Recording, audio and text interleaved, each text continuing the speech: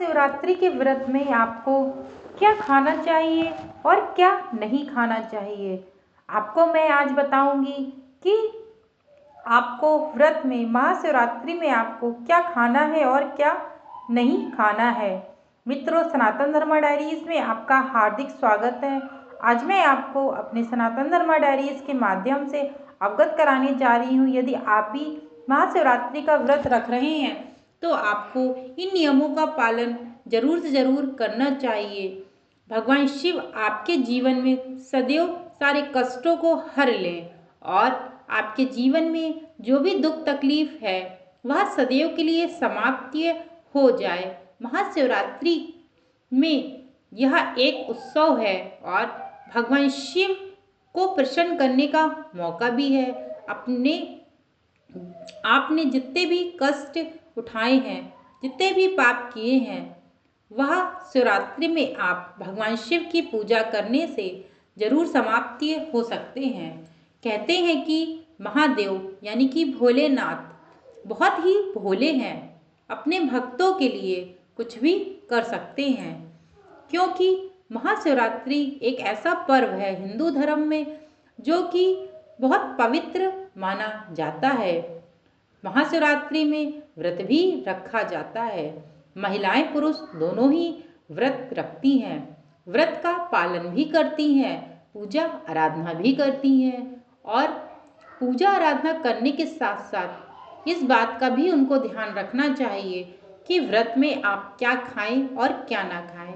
व्रत रखना हमारे शरीर और मन दोनों को साफ और शांत रखता है।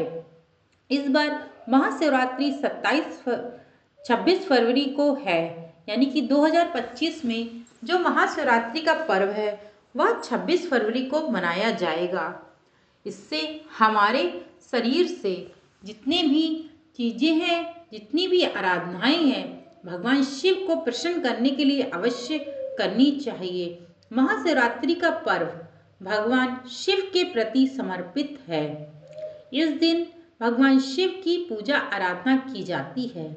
इस दिन बहुत से लोग व्रत रखते हैं जो भगवान शिव को प्रसन्न करने के लिए रखते हैं, जो न केवल आध्यात्मिक शुद्धता का मार्ग है बल्कि हमारे शरीर और मन को भी स्वस्थ रखने का एक साधन है। लेकिन व्रत के दौरान सही आहार करना भी बहुत जरूरी होता है, नहीं तो आपका व्रत खंडित हो सकता है, ताकि फिर आपको भगवान शिव की कृपा नहीं मिलेगी। हमारा शरीर स्वस्थ रहे और जो व्रत रखें वह भी पूर्ण हो। व्रत को आध्यात्मिक ऊर्जा से भरपूर रखना बेहद जरूरी है। आज हम आपको महाशिवरात्रि के व्रत में क्या खाएं और क्या ना खाएं इसका आसान और हेल्दी तरीका बताने जा रही हूँ अपने सनातन धर्मा डायरीज के माध्यम से। चाहे आप पहली बार व्रत रख रहे हैं हो या हर साल व्रत रखते हो, यह तरीका आपको व्रत को स्वस्थ और पूर्ण करने में मदद करेगा। व्रत करने का हेल्दी तरीका क्या है? भूखे रहकर व्रत करने की बजाय दिन भर में थोड़ी थोड़ी मात्रा में कुछ खाना बेहतर होता है। अगर हम दिन में कई बार थोड़ा थोड़ा खाएं तो यह हमारे शरीर को जरूरी पोषण देने में मदद करता है। यह 3 बार हो सकता है या फिर अगर आप सिर्फ 2 बार फलाहार कर रही हैं तो बीच बीच में जूस या छाछ का जरूर पिएं। आपको बता दें कि महाशिवरात्रि में यदि आप भी भगवान शिव की कृपा पाना चाहते हैं और आप सोच रहे हैं कि भगवान शिव की कृपा आप पर बनी रहे, तो आपको भी इन सब बातों का बहुत विशेष ध्यान रखना होगा।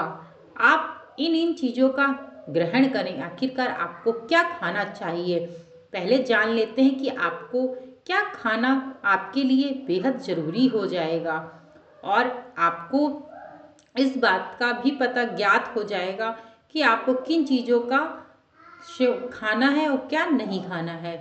देखिए, वही फल, व्रत के दौरान अलग अलग तरह के फल खा सकते हैं। फल हमें जरूरी विटामिन्स और मिनरल्स देते हैं, तो इसमें आप कोई बुराई नहीं, आप फल को आराम से ग्रहण कर सकते हैं धुल करके। साबूदाना की खिचड़ी या बड़ा के लिए एक बढ़िया विकल्प है, क्योंकि यह ऊर्जा से भरपूर होता है और आपके आहार को संतुष्ट करेगा।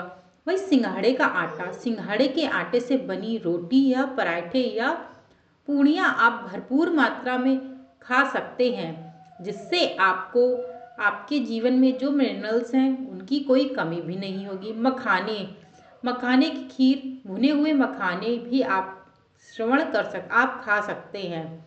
दूध और दूध से बने उत्पाद, दूध, दही और पनीर से जैसी आप इन प्रोडक्ट को भी आप आराम से खा सकते हैं, दूध से बनी हुई चीज़ें। ड्राई फ्रूट्स, फास्ट के दौरान आप ड्राई फ्रूट्स ज़रूर खाना चाहिए, ज़्यादा है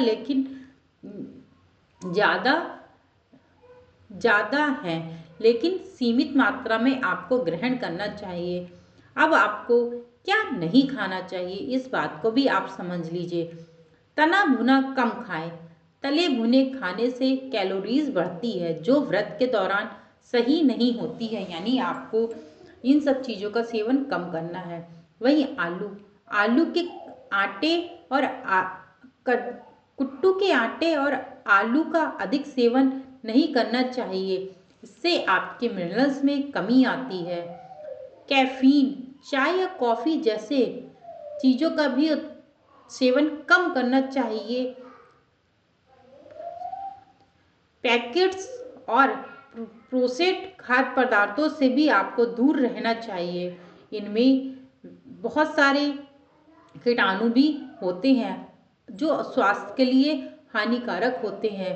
वहीं बाहर की बनी हुई लस्सी भी आपको बिल्कुल भी सेवन नहीं करना है, यानी कि बाहर आप जा कर के लस्सी का सेवन कर लेते हैं तो यह भी आपके व्रत को खंडित कर सकता है, क्योंकि आप यदि बाहर किसी भी दुकान में जाकर के लस्सी का सेवन कर रहे हैं, वो पता नहीं किस तरीके से बनाया हो, साफ बना हो या नहीं बना हो, इस कारण से आपको इसका भी सेवन नहीं करना चाहिए।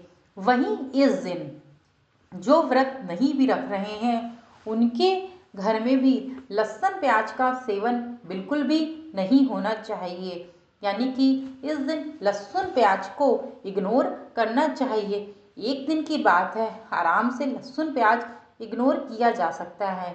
वहीं मांस बंदरा का सेवन भी आपको हानिकारक पहुंचा सकता है। आपको भगवान शिव की पूजा के दौरान आपको मांस मदिरा आदि का सेवन भी नहीं करना चाहिए, वरना कुछ लोग तो ऐसे होते हैं, सोचते हैं कि भगवान शिव में भांग चढ़ाई जाती है तो क्यों ना हम शराब पी सकते हैं, बल्कि मदिरा का सेवन आपकी सेहत के लिए भी हानिकारक है और आपके व्रत को भी खंडित कर देगा।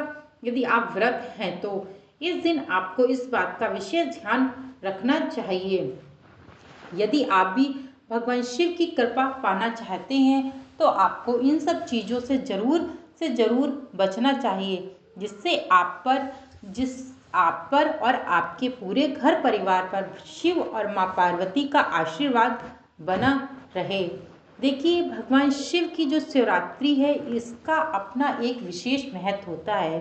कहा जाता है कि जो भी व्यक्ति इस दिन व्रत रखता है, सच्चे हृदय से पूजा पाठ करता है भगवान शिव की, जितने पहर होते हैं चारों पहर की पूजा आराधना करता है, तो उसके जीवन से आने वाली सभी दिक्कतें, सभी प्रॉब्लम, सभी कष्ट भगवान शिव हर लेते हैं।